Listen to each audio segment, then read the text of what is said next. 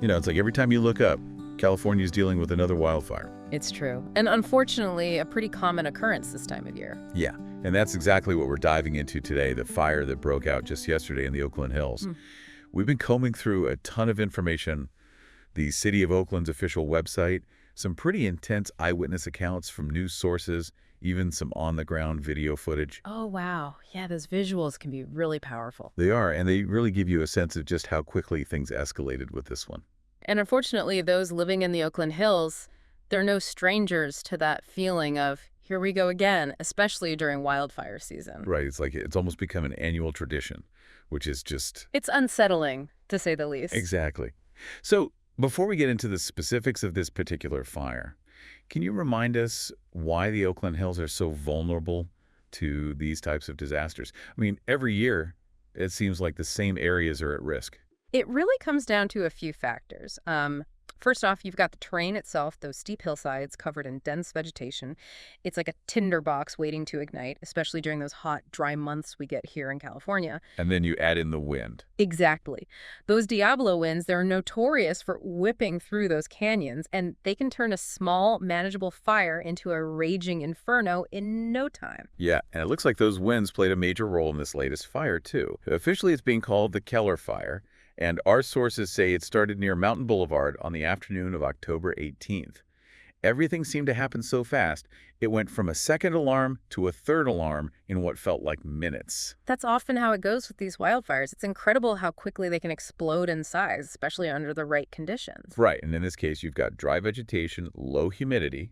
It's like Mother Nature was setting the stage. It's the perfect storm, unfortunately. And then, like we were saying, you add those Diablo winds into the mix, which can push the flames faster and further than anyone can anticipate. It's honestly a little terrifying. And I will say, some of the aerial footage in our sources, seeing those plumes of smoke visible for miles, just wow.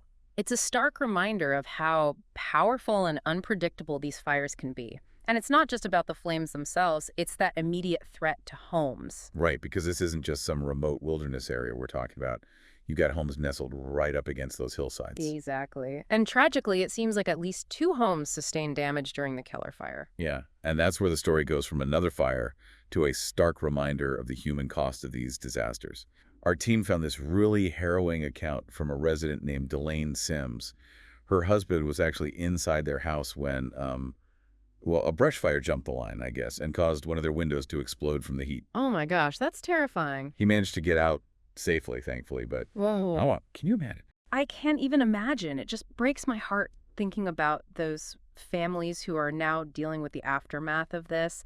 And, for some longtime residents, this fire probably brought back some painful memories. You're talking about the 1991 Oakland Hills firestorm. Exactly. It's been 33 years, almost to the day, but for those who lived through that, seeing those flames, smelling the smoke, it can be incredibly triggering. It's like reliving a nightmare. Absolutely. And it really underscores the importance of not just addressing the immediate impacts of these fires, but also the long-term emotional toll they can take on a community. It's something that often gets overlooked. So with that collective memory in the back of everyone's minds, how did the city respond this time around? From what I'm seeing on the City of Oakland's website, evacuation orders were issued pretty swiftly, and there are reports of an evacuation center being set up at Burkhalter Elementary School. Yeah, it seems like the city was much better prepared this time around. And I think a lot of that comes down to the leadership of Fire Chief Damon Covington. We watched several of his press conferences, and he really struck me as someone who was, he was very measured in his tone. Acknowledging the seriousness of the situation, of course, but also emphasizing that they had actually been prepping for days like this. That's so reassuring to hear, because this fire, it erupted under almost the exact same conditions as that 1991 firestorm, same time of year, same kind of wind driving those flames, same terrain. It's almost eerie. But this time, as Chief Covington pointed out, they were ready with pre-positioned equipment, strike teams already assembled. It really highlights how effective proactive planning can be in mitigating a disaster. That's like that old saying, hope for the best, prepare for the worst. But in this case, that preparation may have very well saved lives. Absolutely. And we can't underestimate the importance of that. Of course, even with the best preparations, there's still going to be damage and people displaced from their homes. Councilman Kevin Jenkins, who represents the district where the fire occurred, He spoke about this in one of the news reports we have. He seemed particularly concerned about those residents who lost their homes, especially given the anniversary of the 1991 firestorm. Yeah, that makes sense. And it's a good reminder that even when a fire is contained, the impact on the community can be long-lasting. And it's not just the emotional toll. Councilman Jenkins, he also brought up the economic impact of all this. With Oakland already facing budget constraints, he's asking, can the city really handle a large-scale disaster like this? Yeah, it's a good question. You can't put a price tag on safety, but when resources are already stretched so thin. It's a conversation happening in a lot of communities across California, especially with these fires becoming more frequent. How do you balance, investing in prevention versus the cost of constantly having to react and rebuild? Yeah, there are no easy answers. And speaking of that immediate response, after the Keller fire started, our sources say that even though firefighters were able to stop it from spreading further, it wasn't fully contained right away. Right. And even when a fire seems like it's dying down, that doesn't mean the danger is completely gone. Exactly. Some residents, especially those on Campus Drive and at the top of the ridge, they were actually still under evacuation orders this morning. Because those embers, they can smolder for days, even weeks. And a gust of wind can easily reignite them and create a whole new danger zone. It's like you think you're in the clear, and then boom, another flare-up.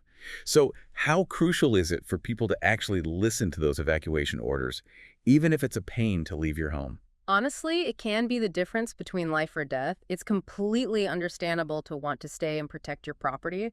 But when those orders are given, you've got to prioritize safety. You got to trust the experts. So any updates on containment as of right now? Last I saw, it was at 50% contained. Okay, so that's good, but still a long way to go. Absolutely, especially with those strong winds expected throughout the weekend. And those winds can create those hot spots and flare-ups we always hear about. Can you explain exactly what those are? Sure. So a hot spot is basically an area within the fire zone where the ground is still really hot, even if there aren't active flames. It's like embers buried beneath the surface. And all it takes is a little wind to bring them back to life. Creating a flare-up. Exactly. A sudden burst of flames, often from that hot spot being stirred up, and that's why you'll often see firefighters on the scene for quite a while, even after a fire is considered contained. They're monitoring everything, making sure those hot spots don't flare up and create a whole new problem. It's like those firefighters, they never really get a break, do they? Not during wildfire season, that's for sure. They're constantly having to adapt and stay vigilant, knowing things can change in a heartbeat. Talk about a stressful job.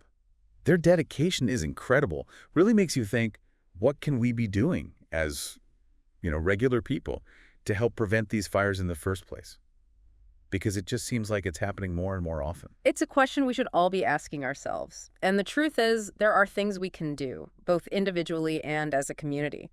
It starts with taking those red flag warnings seriously. I mean, they're not just suggestions, they're serious indicators of potential danger. Right. It's like, hey, pay attention. Things are getting risky out there. Exactly. And that means having a plan in place, knowing your evacuation route, having a go bag packed and ready. Those are good reminders. It's easy to get complacent when you haven't experienced a wildfire firsthand, But it's better to be prepared than caught off guard. And it's not just about protecting yourself and your family. It's about thinking about your neighbors, the entire community. And that actually brings up another important point, that Councilman Jenkins raised the economic strain of these fires. It's true. Fighting these fires, dealing with the aftermath, it's not cheap. Exactly. It's a huge financial burden, and it makes you wonder, wouldn't it be smarter in the long run to invest more in prevention efforts? Right. Like, is it possible to stop these fires before they even start? That's the goal, right. And it's something a lot of communities in California are trying to figure out. Things like vegetation management, creating defensible spaces around homes. It's about being proactive. So as we wrap up our deep dive into the Keller fire, what's the biggest takeaway you hope our listeners walk away with?